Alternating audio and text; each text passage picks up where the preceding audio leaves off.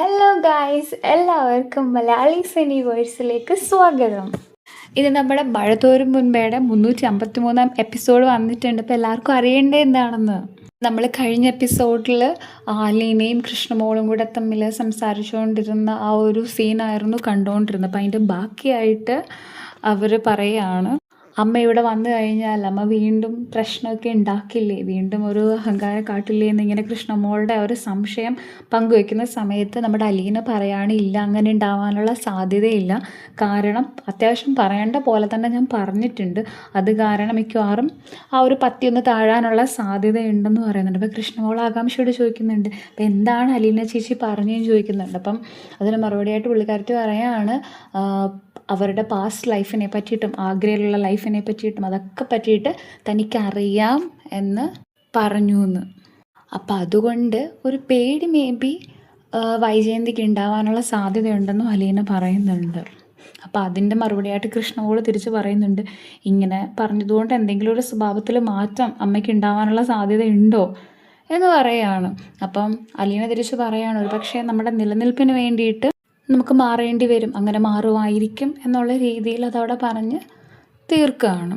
ഇനി എന്താണെന്ന് വെച്ചാൽ നടക്കട്ടെ. അലീനയ്ക്ക് ആ ഒരു ലൈഫിൽ ചെയ്യാൻ പറ്റുന്ന എല്ലാ കാര്യങ്ങളും എല്ലാ കാര്യങ്ങളും അലീന ചെയ്ത് കഴിഞ്ഞു. ഇനി ഒന്നും തനിക്ക് ചെയ്യാനില്ല എന്ന് ആ ഒരു നിസ്സഹായ അവസ്ഥയിൽ അലീന കൃഷ്ണമോളോട് പറയുകയാണ്. പിന്നെ സമയം പോയി ഉറങ്ങുന്ന കാര്യം പറയുന്നുണ്ട്. അപ്പം ഈ ഒരു വിഷമമൊക്കെ കാരണമായിരിക്കും കൃഷ്ണമോൾക്ക് ഒട്ടും ഉറങ്ങാൻ പറ്റണില്ലെങ്കിലും കിടന്നുറങ്ങാനായിട്ട് അലീന നിർബന്ധിക്കാൻ ബെഡിൽ വിളിച്ച് കിടത്തി. അങ്ങനെ അവർ രണ്ടുപേരും കൂടി ഇങ്ങനെ കെട്ടിപ്പിടിച്ച് കിടക്കുന്നൊരു സീനാണ് പിന്നീട് കാണിക്കുന്നത്. അപ്പോൾ ഇവരിങ്ങനെ കിടക്കുമ്പം തന്നെ കൃഷ്ണമോൾക്ക് ഭയങ്കര സങ്കടം ഇങ്ങനെ ഉള്ളിൽ നിന്ന് തികിട്ടി വരികയാണ്. അപ്പം പുള്ളിക്കാരത്തെ ചോദിക്കുന്നുണ്ട്, അലീന ചേച്ചി ഇല്ലാത്തൊരു വീട്ടിനെ പറ്റിയിട്ട് ഞങ്ങൾക്ക് ചിന്തിക്കാൻ പോലും പറ്റില്ല. കാരണം ആ ഒരു ശോകാവസ്ഥേനെ പറ്റിയിട്ട് ഇങ്ങനെ കൃഷ്ണമോൾ ഷെയർ ചെയ്യുമ്പം അതേ ഫീലിങ്സ് തന്നെയാണ് നമ്മുടെ അലീനയുടെ മനസ്സിലും. അലീനയും ഇങ്ങനെ വിഷമിക്കുകയാണ്. കൃഷ്ണമോൾ പറയുന്നുണ്ട്, എന്നെയും കൂടി കൂടെ കൂട്ടാമായിരുന്നു എന്ന് പറയുന്നുണ്ട്. അപ്പം നമ്മുടെ കൃഷ്ണമോളെ ആശ്വസിപ്പിച്ചുകൊണ്ട് അലീന പറയുന്നുണ്ട്, ശരീരം കൊണ്ടല്ലേ നമ്മൾ അകലെയുള്ളൂ, മനസ്സുകൊണ്ട് നമ്മൾ ഒരുപാട് അടുത്തല്ലേ, അതുകൊണ്ട് കുഴപ്പമില്ല. എന്നിട്ടിങ്ങനെ തൻ്റെ ഒരു പത്തറ്റിക്കായിട്ടുള്ള അവസ്ഥ പറയുകയാണ്, തനിക്ക് എല്ലാവരും ഉണ്ട്, തനിക്ക് ചുറ്റിനും അമ്മയുണ്ട്, അച്ഛനുണ്ട്, എല്ലാവരും ഉണ്ട്, പക്ഷെ ആരെയും ചൂണ്ടിക്കാണിക്കാൻ പറ്റാത്തൊരു വല്ലാത്ത സാഹചര്യത്തിലൂടെയാണ് താനെന്ന് അലീന കൃഷ്ണമോളെ ഇങ്ങനെ ഓർമ്മിപ്പിക്കുകയാണ്. തൻ്റെ ആ ഒരു ജീവിതത്തിൽ ആ ഒരു വിഷമത്തെ പറ്റിയിട്ട് ഓർത്ത് ഇങ്ങനെ സങ്കടപ്പെട്ട് വല്ലാണ്ട് വിങ്ങി പൊട്ടിയിരിക്കുന്ന അലീനയെ കാണിച്ചുകൊണ്ട് ആ ഒരു സീൻ അങ്ങോട്ട് നിർത്തുകയാണ്. പിന്നീട് കാണുന്നതെന്ന് പറഞ്ഞാൽ നേരം വെളുത്തിരിക്കുന്ന ഒരു ആംബിയൻസ് ആണ്. അപ്പം അവിടെ പെട്ടെന്നൊരു സസ്പെൻസ് മ്യൂസിക് ആണ് കൊടുത്തേക്കുന്നത്. സസ്പെൻസ് മ്യൂസിക്കിലൂടെ നമ്മൾ കാണുന്ന ഒരു കാറ് നമ്മുടെ ബാലചന്ദ്രൻ്റെ വീട്ടിലെ ഗേറ്റിൻ്റെ ഫ്രണ്ടിലേക്ക് വന്ന് ഇങ്ങനെ നിർത്തിയിട്ടേക്കാണ്. അപ്പം ആ ഒരു ഡോറ് തുറന്ന് ഇറങ്ങുമ്പോഴത്തേ ഒരു പോലീസ് യൂണിഫോമിൽ ആരോ അപ്പോൾ ആ പോലീസ് ഇൻസ്പെക്ടർ വന്നിട്ട് ഗേറ്റ് തുറക്കാൻ ശ്രമിക്കുന്നുണ്ട്. ഇപ്പോൾ പൂട്ടിയെ കാണുന്നു മനസ്സിലാകുന്നു. പെട്ടെന്ന് തന്നെ അദ്ദേഹം കാലിൽ നിന്ന് ഫോൺ എടുത്ത് ഇങ്ങനെ ഡയൽ ചെയ്യുന്നുണ്ട് ആരെയോ. അപ്പം ഇത് ദൂരെ നിന്ന് അലീന കാണുന്നുണ്ട്. അപ്പം അലീന വന്ന് ഗേറ്റ് തുറന്നു കൊടുക്കുകയാണ്. അപ്പോൾ വളരെ സൗമ്യമായിട്ട് ആരും എന്ത് എണ്ണീറ്റില്ലേന്ന് പുള്ളി ചോദിക്കുകയാണ്. എന്നിട്ട് തന്നെ ഇൻട്രൊഡ്യൂസ് ചെയ്യണം. അതായത് പുള്ളി ഈ ഇൻസ്പെക്ടർ എന്ന് പറഞ്ഞത് ബാലചന്ദ്രൻ്റെ സഹോദരിയായ സുനന്ദിയുടെ ഹസ്ബൻഡാണെന്ന് പറഞ്ഞത്. അപ്പോൾ അലീനയ്ക്ക് ഓൾറെഡി പുള്ളീനെ പറ്റിയിട്ട് അറിയാം. താനിങ്ങോട്ട് അധികം ഒന്നും വരുന്നില്ല എങ്കിൽ പോലും ഈ വീടുമായി ബന്ധപ്പെട്ട എല്ലാ കാര്യങ്ങളും തനിക്ക് അറിയുന്നുണ്ട്, എല്ലാ അപ്ഡേറ്റ്സും കിട്ടണമുണ്ട് എന്നുള്ള രീതിയിൽ ഇങ്ങനെ വളരെ ഓക്കെ ആയിട്ട് നോർമലായിട്ട് വിശേഷമൊക്കെ പറഞ്ഞിട്ട് ഇവർ രണ്ടുപേരും ഇങ്ങനെ വീട്ടിലേക്ക് കടന്നു പോവുകയാണ്. എങ്കിൽ ബാലചന്ദ്രൻ്റെ റൂം എവിടെയാണ്, ഞാൻ അങ്ങോട്ടേക്ക് പോട്ടെ എന്നും പറഞ്ഞ് പുള്ളി പോകാനായിട്ട് ശ്രമിക്കുന്നു. അപ്പോൾ അപ്പോഴത്തേക്കിനൊക്കെ എനിക്ക് ചായ എടുക്കാമെന്നും പറഞ്ഞ് അലീന ചായ എടുക്കാനായിട്ട് കിച്ചണിലേക്കും പോകുന്നു. അങ്ങനെ മുകളിലേക്ക് കയറി ചെല്ലുന്ന ആ ഒരു ഇൻസ്പെക്ടർ നമ്മുടെ ബാലചന്ദ്രൻ്റെ ഡോറ് നോക്കിയിരുന്നു. പുള്ളി ഇങ്ങനെ ഉറക്കപ്പിച്ചയിൽ നേരെ എണ്ണീറ്റൊന്ന് കതക് തുറക്കുമ്പോൾ കാണുന്നത് ആ ഒരു പോലീസ് യൂണിഫോമിൽ നിൽക്കുന്ന ചേട്ടനെയാണ്. ഇതന്നാണോ സർപ്രൈസായിട്ട് ഭയങ്കര പവർഫുള്ളായിട്ട് യൂണിഫോമൊക്കെ ഇട്ട് വന്നേക്കുന്നത് എന്ന് ബാലചന്ദ്രൻ ഭയങ്കര തമാശയായിട്ട് ചോദിക്കുന്നുണ്ട്. തനിക്ക് ഈ വീട്ടിലേക്കൊക്കെ ഉള്ള വഴി അറിയാമോ എന്നും അതിനൊപ്പം ചോദിക്കുന്നുണ്ട്. അപ്പോൾ അതിൽ നിന്ന് നമുക്ക് മനസ്സിലാവും പുള്ളി അധികം അങ്ങനെ ഇവിടുത്തെ വീടൊന്നും അധികം അങ്ങനെ വിസിറ്റ് ചെയ്യാൻ വരുന്ന ഒരാളൊന്നുമല്ല. അപ്പം എന്തെങ്കിലും ഒരു കാര്യമില്ല താൻ ഇങ്ങോട്ട് വരില്ല എന്നും നമ്മുടെ ബാലേന്ദ്രൻ പറയുന്നുണ്ട്. അപ്പം പിന്നെ ബാലേന്ദ്രൻ ചോദിക്കണം, താൻ എങ്ങനെ ഇതിനകത്ത് കയറി ഗേറ്റൊക്കെ തുറന്നിട്ടേക്കുമായിരുന്നു എന്ന് ചോദിക്കുന്നുണ്ട്. അപ്പം ആ ഒരു പോലീസ് ഓഫീസർ പറയുന്നുണ്ട്, അലീനെ കണ്ടു വന്ന് ഡോർ ഓപ്പൺ ചെയ്തതാണെന്ന് പറയുന്നു.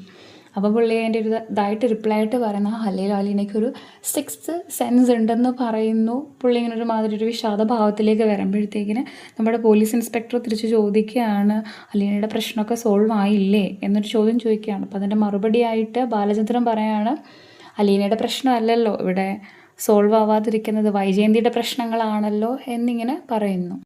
അപ്പം താനെല്ലാം അറിയുന്നുണ്ട്.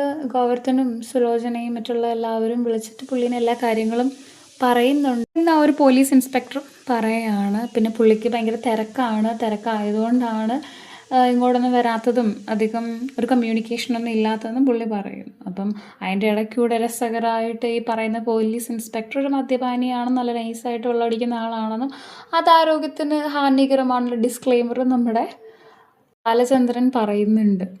ഇങ്ങനെ വെള്ളം അടിച്ച് കിടക്കാതെ ലൈഫിനൊരു കൺട്രോളൊക്കെ വേണം, ഇങ്ങനെയൊന്നും ആവാൻ പാടില്ല. പോലീസ് ക്വാർട്ടേഴ്സിലോട്ട് മാറുമ്പം വൈഫിനെ മക്കളെയൊക്കെ അങ്ങോട്ട് കൊണ്ടുപോകണം, അതായിരിക്കും തൻ്റെ ഒരു ലൈഫിനും ഒക്കെ നല്ലത് എന്നും നമ്മുടെ ബാലചന്ദ്രൻ ഓർമ്മിപ്പിക്കുകയാണ്.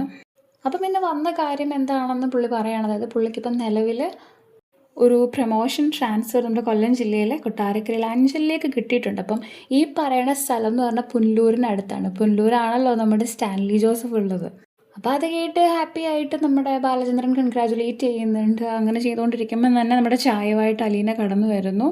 അവളോട് ഇതേ വിശേഷം പങ്കുവെക്കുന്നു. പുള്ളിക്കാരത്തെയും കൺഗ്രാജുലേറ്റ് ചെയ്യുന്നു. തനിക്ക് ഇത്രയും നല്ലൊരു പ്രൊമോഷനൊക്കെ കിട്ടുമ്പം എങ്ങനെയാണ് തന്നെ വെറുതും കൈയോടെ വിടുന്നതെന്നും പറഞ്ഞിട്ട് ഗോവർദ്ധനെ വിളിക്കാനായിട്ട് ബാലചന്ദ്രൻ ഫോണും എടുത്തോട്ട് പുറത്തേക്ക് ഇറങ്ങുന്നു. അങ്ങനെ ആ ഒരു സീനും അവിടെ എൻഡ് ചെയ്തു. അതിന് ശേഷം നെക്സ്റ്റ് കാണിക്കുന്ന ഒരു സീനെന്ന് പറഞ്ഞു കഴിഞ്ഞാൽ നമ്മുടെ ബാലചന്ദ്രൻ്റെയൊക്കെ വീടിൻ്റെ മുറ്റമാണ്. അത്യാവശ്യം നല്ല വൃത്തിയാണെങ്കിലും മുറ്റം അടിച്ചുകൊണ്ട് നിൽക്കുന്ന അലീനേനെയാണ് നമുക്ക് കാണാൻ പറ്റുന്നത്. അത് ദൂരെ നിന്ന് കണ്ട് റോഹി ഇങ്ങനെ അരിശം പിടിച്ചിങ്ങോട്ട് വന്നിട്ട് അലീന മുറ്റം അടിച്ചതിന് അലീനേനെ വഴക്ക് പറയണം. എന്താ വേറെ ആരും ഇല്ലേ, വേറെ ആരെങ്കിലും ഇല്ലെങ്കിൽ ഇങ്ങോട്ട് താ, ഞാൻ ചെയ്തോളാം എന്ന് പറഞ്ഞ് പുള്ളിക്കാരൻ ചൂലൊക്കെ പിടിച്ച് വാങ്ങുന്നുണ്ട്. അതിൻ്റെ ഒരു മറുപടിയായിട്ട് നമ്മുടെ അലീന പറയുന്നുണ്ട് ലാസ്റ്റ് ഡേ അല്ലേ, അപ്പം ഇതൊക്കെ എൻ്റെ സ്വന്തം വീടെന്ന പോലെ ഞാൻ ചെയ്യട്ടെ എന്നിങ്ങനെ പറയുന്നുണ്ട്. അപ്പം പുള്ളിക്കാരൻ എന്തോ ഒരു ഇതിൽ വിഷമിച്ച് പറയുന്നുണ്ട്. അത് കഴിഞ്ഞിട്ട് ഇപ്പം ഞാൻ കാണിച്ചു തരാം കേട്ടോ എന്നും പറഞ്ഞ് തുള്ളിച്ചാടി റൂമിലേക്ക് കയറി പോകുന്നുണ്ട്. അകത്തോട്ട് കയറി പോയിട്ട് പെങ്ങന്മാരോട് രണ്ടുപേരോടും അലീന ചേച്ചി അവിടെ വൃത്തിയാക്കാണെന്നുള്ള കാര്യമൊക്കെ പറഞ്ഞിട്ട് ബബിതേനെ കൂടെ ഇളക്കി വീടാണ്. അപ്പം ബബിതനെ ഞാനിപ്പോൾ കാണിച്ചു തരാം കേട്ടോ. ബബിത ചെന്നിട്ട് വഴക്ക് പറഞ്ഞിട്ട് അലീനേനെ വഴക്ക് പറഞ്ഞിട്ട് ആ ഒരു ചൂല് പിടിച്ച് വാങ്ങുകയാണ്. ഇവിടുത്തെ കാര്യം ഇനി ചേച്ചി നോക്കണ്ട, ചേച്ചിന് വേറെ വീട്ടിലല്ലേ, ഇനി ഞങ്ങൾ നോക്കിക്കോളാം എന്നൊക്കെ പറഞ്ഞിട്ട് പുള്ളിക്കാരത്തെ ചൂലൊക്കെ വാങ്ങിച്ചു പിടിക്കണം. അപ്പം നമുക്ക് മനസ്സിലാവും ഇവിടുത്തെ കാര്യമൊക്കെ ഓൾമോസ്റ്റ് ഇങ്ങനെ സെറ്റായി. അതായത് അലീന നോക്കി കണ്ടതുപോലെ തന്നെ വീടൊക്കെ നോക്കാനുള്ള ആ ഒരു പ്രാപ്തിയൊക്കെ ഇവർക്കൊക്കെ വന്നു എന്നുള്ളൊരു ഹിന്ദിലാണ് അതവിടെ പറയണത്. അവിടുന്ന് വീണ്ടും അലീന തിരിച്ച് ഉള്ളിലോട്ട് വരുന്നു, വീടിനുള്ളിലേക്ക് വരുന്നു. അപ്പം അവിടെ ഇരുന്ന് കാര്യം പറയുകയാണ് കൃഷ്ണമോളും നമ്മളെ രോഹി. അപ്പം നീയാണല്ലേ അവളെ ഇളക്കി വിട്ടേന്ന് പറഞ്ഞ് ചെവിക്കൊരു കിഴുക്കും കൊടുത്തിട്ട് അടുക്കളയിലോട്ട് കയറാൻ പോവാണ് അലീന. അപ്പോൾ അവിടെയും നമ്മുടെ കൃഷ്ണമോള് വന്നിട്ട് ആ ചേച്ചി എന്തിനാണ് അടുക്കളയിലേക്ക് പോകുന്നത് പറഞ്ഞാൽ അവിടെയും വന്ന് വിലക്കാണ്. പിന്നെ അതിനുശേഷം SI എന്തിനാണ് വന്നതെന്നൊക്കെയുള്ള കാര്യത്തെ പറ്റിയൊക്കെ ചോദിക്കുന്നുണ്ട്. പിന്നെ ബ്രേക്ക്ഫാസ്റ്റ് ഉണ്ടാക്കാനായിട്ട് അലീന പോകുമ്പം വേണ്ട, ഇനി കൃഷ്ണമോളും ബബിതയും കൂടി എല്ലാം ചെയ്തോളാം, വേണമെങ്കിൽ പോയി റെഡി ആവാനുള്ള കാര്യങ്ങളൊക്കെ ചെയ്യും, കുളിക്കുക, ബാക്കി കാര്യങ്ങളൊക്കെ ചെയ്യും, ബാക്കി ഇനി ഞങ്ങൾ ചെയ്തോളാം എന്നൊക്കെ ഇങ്ങനെ പറയുമ്പം വല്ലാത്തൊരു വിഷമം ഉള്ളിൽ അലീനയ്ക്ക് ഫീൽ ചെയ്യുന്നുണ്ട്. അപ്പോൾ ഭയങ്കര സങ്കടത്തോടെ അലീന ചോദിക്കുകയാണ്, നിങ്ങളെന്നെ ഒഴിവാക്കുകയാണോ എന്ന് ചോദിക്കുന്നത്. അപ്പോൾ അതിൻ്റെ മറുപടിയായിട്ട് തിരിച്ച് കൊച്ചു പറയുന്നതെന്ന് വെച്ച് കഴിഞ്ഞാൽ ആരെയാണ് ഒഴിവാക്കുന്നതെന്ന് ഇവിടെ എല്ലാവർക്കും അറിയാമെന്ന് പറയുന്നു. അപ്പം അത് കേൾക്കുമ്പോഴത്തേക്കിന് ഭയങ്കര വിഷമമാണ് അലീനയ്ക്കും ബബിതയ്ക്കും ഒക്കെ ഭയങ്കര വിഷമാവുന്നുണ്ട്. അപ്പോൾ അത് കഴിയുമ്പോഴത്തേക്കിന് പിന്നെ പറഞ്ഞു കഴിഞ്ഞാൽ SI പോകാനായിട്ട് റഷായിട്ട് വരുന്ന അലീനയാണ് കാണിക്കുന്നത്. അപ്പോൾ അലീന ഇങ്ങനെ വന്ന് നോക്കുമ്പം അവിടെ ബെഡിൽ ഒരു സാരി എടുത്ത് വെച്ചിട്ടുണ്ട്, കുറച്ച് സ്വർണ്ണാഭരണങ്ങൾ എടുത്ത് വെച്ചിട്ടുണ്ട്. പുള്ളിക്കാരത്തൊക്കെ ഇങ്ങനെ ഭയങ്കര വിഷമത്തോടെ ആ ഒരു സാധനമൊക്കെ ഇങ്ങനെ നോക്കുകയാണ്.